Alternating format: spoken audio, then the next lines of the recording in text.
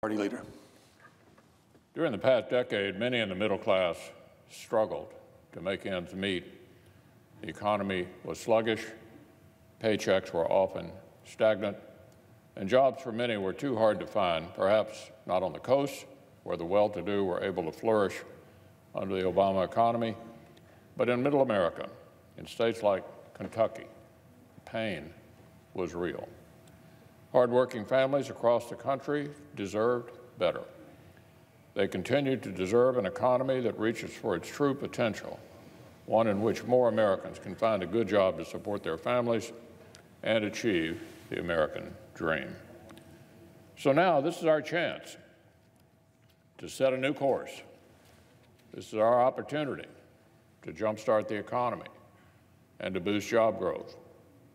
Passing tax reform is the single most important thing we can do right now to support those left behind by the Obama economy.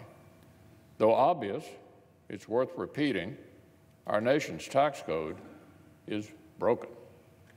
First, the rates are too high, and Americans are sending too much of their hard-earned money to Uncle Sam.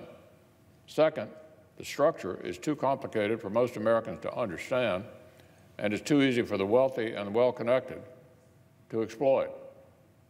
Third, the incentives are often outdated or simply make no sense at all, like those that actually encourage American jobs and companies to move overseas. That's bad for our country, bad for the middle class, bad for small business. In my home state of Kentucky, a small business CEO wrote a column in a local publication about her experiences with our broken tax system, calling for tax reform to fix it. Here's what she said: the federal government takes too much. Our small businesses, which, according to the U.S. Small Business Administration, total 96.5% of Kentucky's employers, often face the greatest tax burden. This Kentuckian continued, if we want better lives for the nearly 700,000 employees across the Commonwealth who work for small enterprises, we must lift this weight off their backs.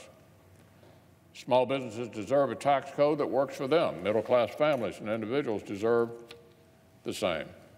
That's why we're working so hard to enact tax reform.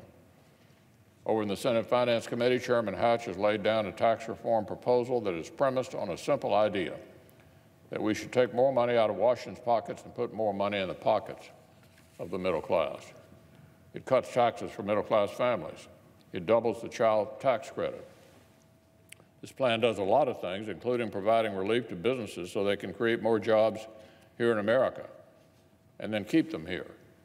The nation's leading small business advocacy organization endorsed this legislation, saying that it will provide much-needed tax relief to enable small businesses to grow and create jobs.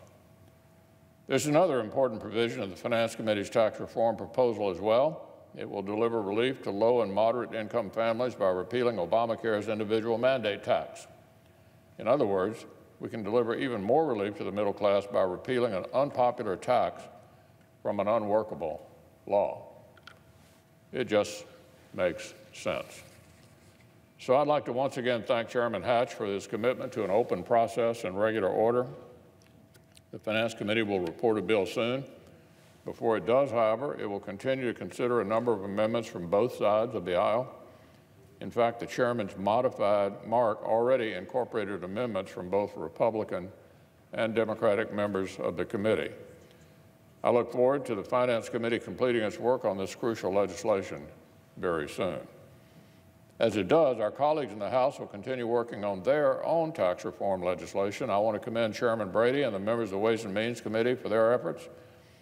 I look forward to the full House passing their bill. Once both chambers pass their tax reform bills, we will keep working together to get a bill to President Trump's desk for his signature.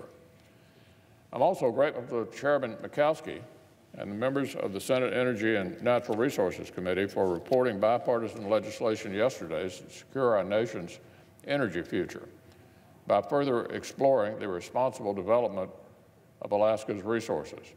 This bill can help grow our economy, support high-paying jobs, and strengthen our national security. I look forward to promoting American energy independence through this legislation.